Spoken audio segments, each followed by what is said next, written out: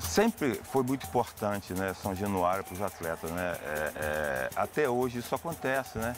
Vasco, se for fazer um levantamento, o Vasco perdeu poucos jogos aqui em São Januário. Fico mais tempo aqui do que na minha casa, que eu chego aqui 6 horas da manhã.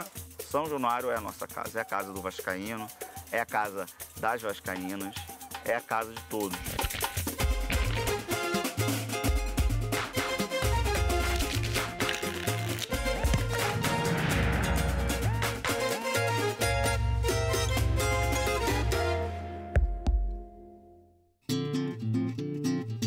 O gigante da colina. O clube permanece, mas a colina, tão simbólica, já não existe mais. Parte da terra foi usada como aterro, prática comum utilizada nas reformas na cidade do Rio de Janeiro ao longo do século XX. Antes, havia casas populares com grandes terrenos no local. O tempo passou e cresceu a comunidade da Barreira do Vasco, local que mantém estreita relação com o clube até hoje. O nome oficial do estádio é Vasco da Gama, mas a Casa dos Cruz Maltinos é conhecida mesmo por causa da rua que leva à sua histórica fachada, São Januário. Negócio do estádio, vamos falar sobre como começou a história de São Januário. O Vasco disputava a segunda divisão e subiu para a primeira divisão e foi campeão. Em 1923, o Vasco vai conseguir aquilo que a principal liga esportiva do Rio de Janeiro não imaginava, que ele fosse campeão da sua primeira divisão. Só que naquela época não podia jogar nos times do Brasil nem funcionário, nem pessoa de cor. E o Vasco tinha 12 jogadores negros e funcionários. O que a Liga vai dizer, vai pensar? Ok, foi campeão, que droga. Vamos então criar alguns mecanismos para que isso não seja mais possível. Olha, a gente quer que daqui por diante, por exemplo, os jogadores mostrem e comprovem que sabem escrever e ler. Só pode se associar à Liga jogadores que comprovem que não são trabalhadores braçais.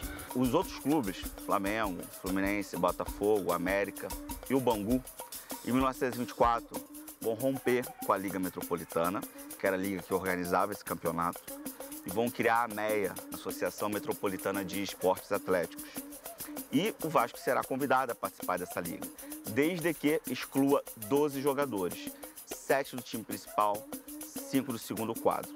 Então foi imposto ao Vasco ou tirava os negros funcionários do time ou voltava para a segunda divisão. E o presidente do Vasco era o Prestes, eu volto para a segunda divisão, mas os meus jogadores continuaram os negros e os pobres.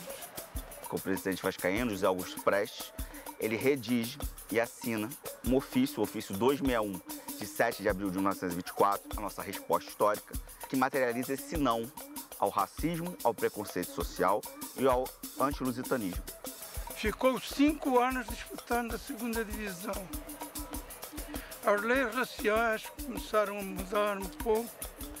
Eles já fizeram outra proposta ao Vasco. O Vasco podia voltar para a primeira divisão se fizesse o estádio, que o Vasco não tinha estádio naquele tempo. Você precisava indicar um campo. O que o Vasco fazia? Ele tinha um campo da Rua Moraes de Silva para treinamento. Não era um campo adequado para jogos do campeonato, da Liga.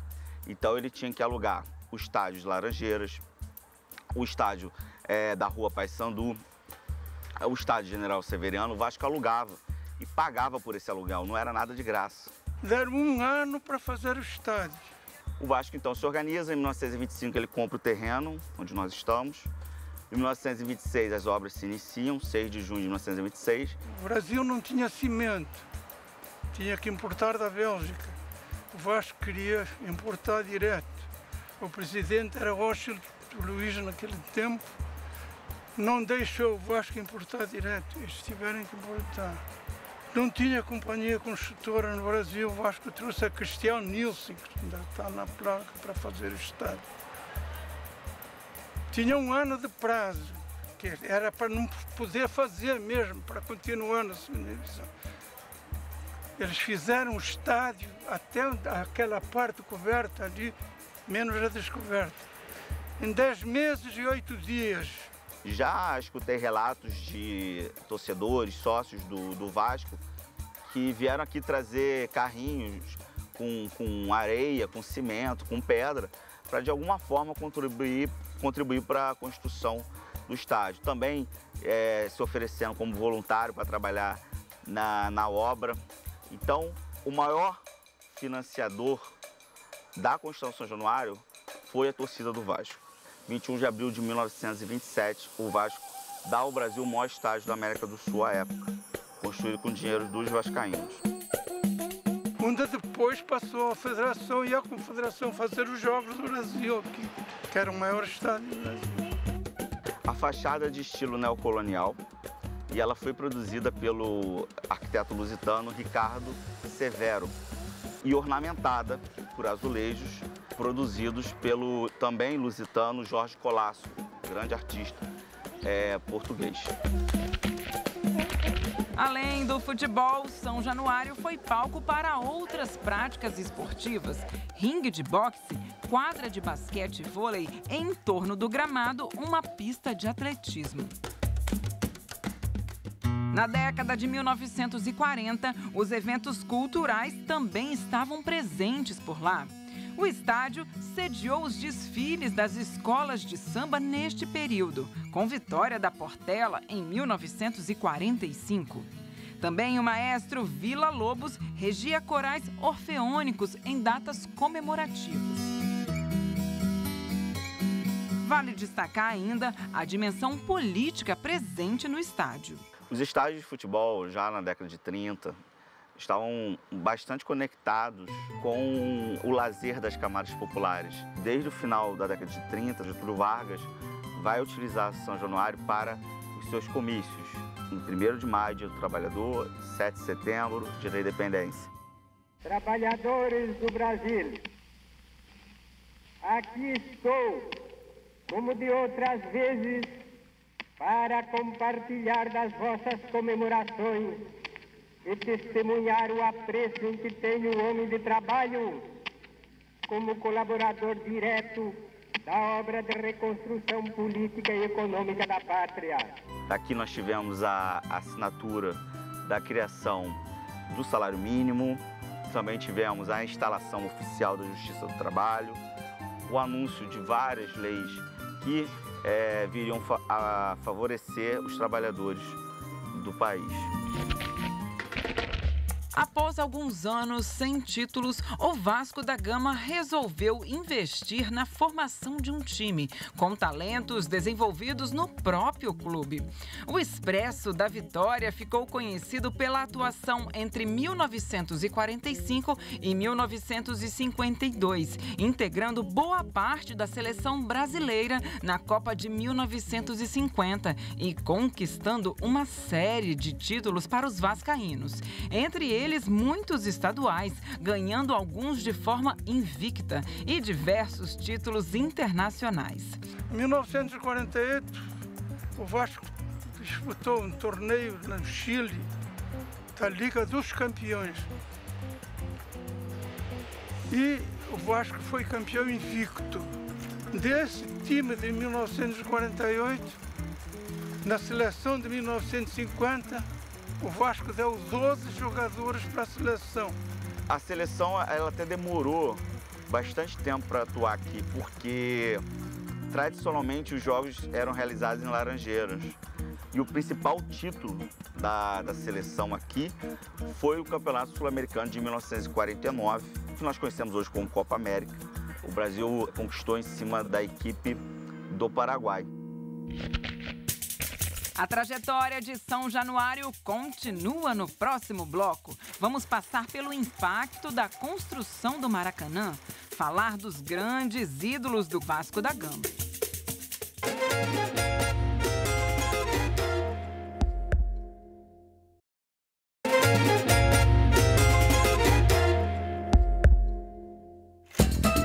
Ao longo do século XX, o Rio de Janeiro ganhou diversos novos gramados, mas a dinâmica do futebol mudaria muito com a construção do estádio Jornalista Mário Filho.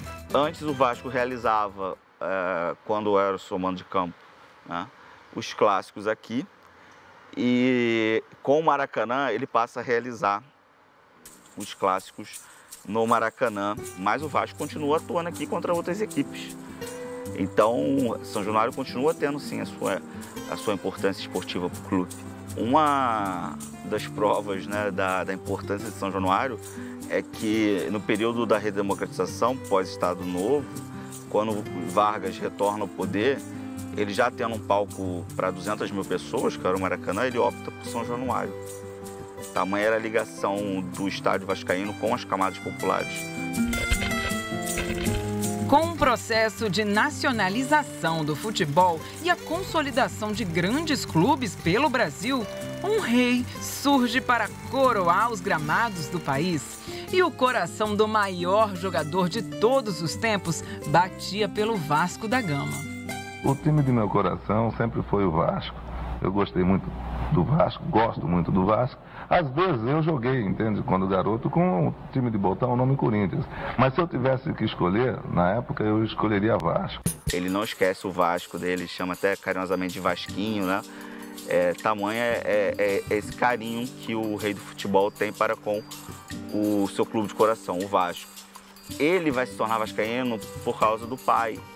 O pai era vascaíno e atuava num Vasco da Gama homônimo da cidade deles, lá em Três Corações.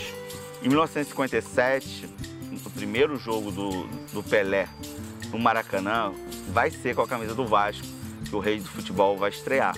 O Vasco realizou um combinado com o Santos para a disputa do torneio internacional do Morumbi. A equipe do Vasco principal estava excursionando na Europa. Paulinho e Bellini estavam aqui no Brasil para defender a seleção brasileira e o Vasco compôs com o Santos um combinado para disputar esse torneio do Morumbi. Aqui no Rio disputariam com a camisa do Vasco e em São Paulo com a camisa do Santos. Então, os primeiros jogos foram realizados aqui no Rio. O Pelé atuou com a camisa do Vasco, marcou vários gols. E ele mesmo diz que, graças ao seu desempenho com a camisa do Vasco, chamou a atenção do técnico da seleção brasileira à época, que depois acabaria levando ele para o Mundial do ano seguinte, em 1958. E aí o resto é história, né? De cada lado, uma estátua de um ídolo guardando as balizas de São Januário. Roberto Dinamite, de um lado, maior jogador da história do Vasco, artilheiro do estádio e do clube. Do outro, Romário, craque incomparável, um dos maiores atacantes do futebol brasileiro. Foi em São Januário que o 1000º gol do Baixinho foi marcado. Ao redor dele, fazendo uma espécie de reverência, fica a torcida, o 12º jogador Cruz Maltino. Você entra na história de um clube com a grandeza do Vasco, com a história do Vasco, com os ídolos que o Vasco teve. Eu só tenho a agradecer e dizer que, até para essa garotada que está iniciando, essa geração que está iniciando, que segure e agarre com força, com trabalho, com determinação, porque eu estou falando do Vasco na minha vida e essa turma que está iniciando, principalmente dentro do Vasco, que possa saber a grandeza, o tamanho do clube para que eles consigam o sucesso que eu consegui. Como a gente treinava em São Januário, esse estádio praticamente ficava sempre cheio nos treinamentos. E isso, de certa forma, é um incentivo para o jogador, né? Você imagina um jogo, um clássico, uma decisão, você vê os torcedores incentivando para esse jogo. Desde criança a gente vem eu, meu primo, a gente, quando não tinha jogos, a gente falava sempre com segurança para poder estar entrando, estar vivendo aqui dentro de São Januário, porque era um lazer pra gente, né? Foram quase 10 anos, né, como profissional do Vasco. Acácio caminhou, bateu e o gol! Eu tive momentos muito importantes aqui dentro de São Januário. Mas o que me vem na memória agora, mais marcante para mim, foi em 1989, quando o Roberto tinha saído do Vasco, foi jogar pela Portuguesa de São Paulo, e nos enfrentou aqui em São Januário, aonde ele não conseguiu fazer gol, e neste ano o Vasco foi campeão brasileiro em cima de São Paulo no Morumbi. Você jogar contra o seu ídolo, né, o ídolo de toda a torcida do Vasco, em pleno São Januário, e não tomar gol dele, eu acho até que o Roberto não queria fazer gol em mim. Se cada gol do estádio de São Januário está protegido por seus ídolos, a fé católica, herdeira da tradição portuguesa, também se faz presente para abençoar o lugar. A fé Nossa Senhora das Vitórias, ela é bem antiga, ela antecede em muito a construção do estádio. Antes, os dirigentes do Vasco realizavam as suas missas em homenagem à Santa e também dando graças ao aniversário do clube na capela que existia dentro da Igreja São Francisco de Paula, no Largo de São Francisco, no centro do Rio de Janeiro. Já ali na década de 50, o clube passa a investir na construção de uma capela. As obras da capela vão se iniciar em 15 de agosto de 1955, dia de Nossa Senhora das Vitórias, e ela vai ser inaugurada em 1961. Os títulos conquistados pelo Vasco e também por outros times marcam a história de São Januário, assim como seu reconhecimento como patrimônio da cidade do Rio de Janeiro. Em 1998, a área onde fica o estádio foi desmembrada do bairro de São Cristóvão para criar o bairro Vasco da Gama, em homenagem à conquista cruzmaltina da Taça Libertadores da América e o centenário do clube. O bairro Vasco da Gama, ele começa a ganhar, digamos assim, ocupação muito a partir da construção do estádio São Januário, na década de 20, que faz com que aquela região se torne interessante. Junto com isso, a gente tem o surgimento também de muitos comércios, principalmente comércios de alimentos, de prestação de serviços, que visam atender, digamos assim, naquela região, os jogos semanais que acontecem. A gente pode também perceber que o bairro Vasco da Gama, assim como o bairro São Cristóvão, tem ruas muito pequenas. Porque quando as casas foram construídas, digamos assim, não havia a composição com os automóveis. A preocupação era com as pessoas que iriam circular pela região.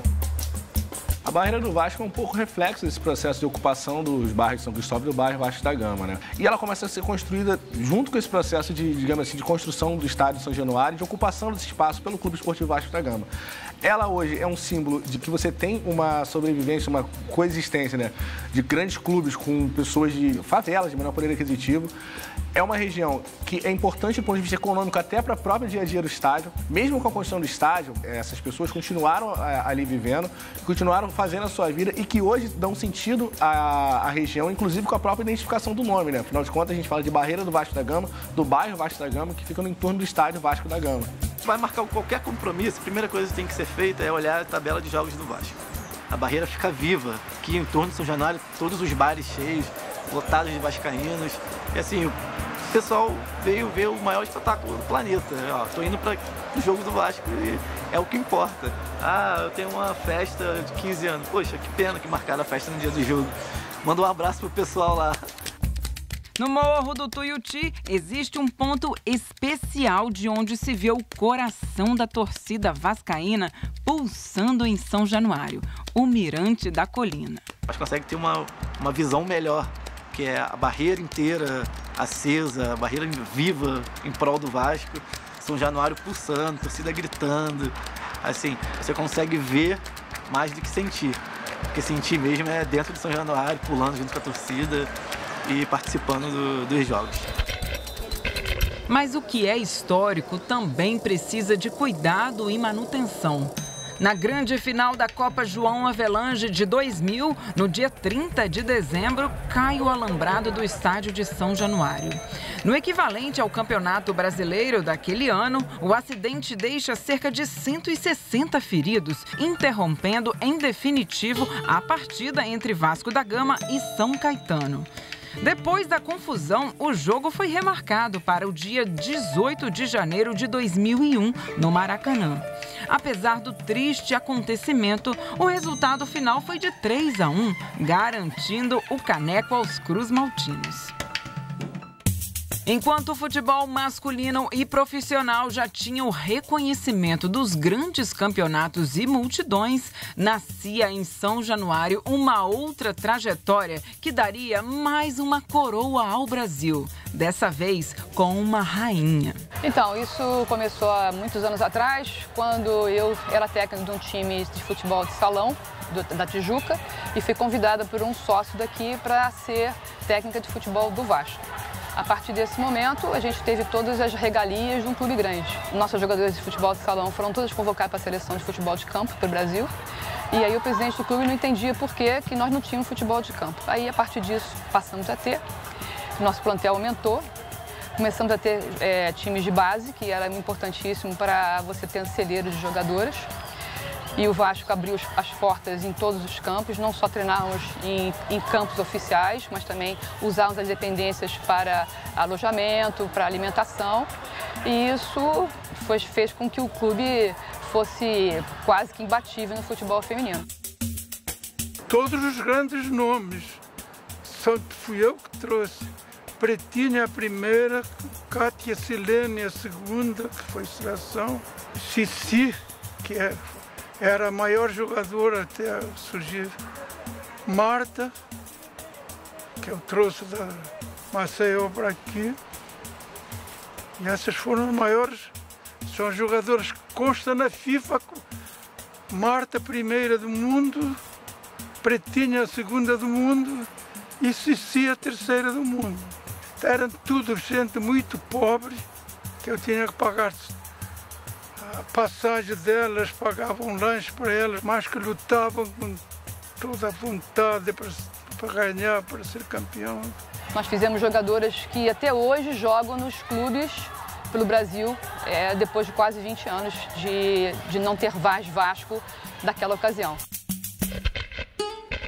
São Januário parece realmente ser uma terra fértil ao desenvolvimento do futebol. A base do Vasco da Gama revelou jogadores importantes para o futebol brasileiro, fez despontar o futebol feminino, assim como foi palco de muitas conquistas. Tudo isso é resultado de um engajamento e de todo o simbolismo que São Januário carrega. Os vascaínos falam, São Januário é meu e o Maracanã é nosso. O palco de festa para o vascaíno é o Maracanã, a casa dele é São Januário. Fazer o estádio sem doação nenhuma, com dinheiro do bolso deles. A capela foi feita com doações, mas o colégio, os meninos da base estudam lá até sair para a faculdade. Tem 200 crianças estudando lá. Não é só uma arena esportiva. Ele representa, ele materializa a luta do Vasco contra o racismo, o preconceito social e o antilusitanismo, que era muito forte durante toda a Primeira República. Sem dúvida, é a minha segunda casa. Foram 10 anos como atleta, né, do Vasco. O Vasco não é só a minha casa, o Vasco é o grande amor da minha vida.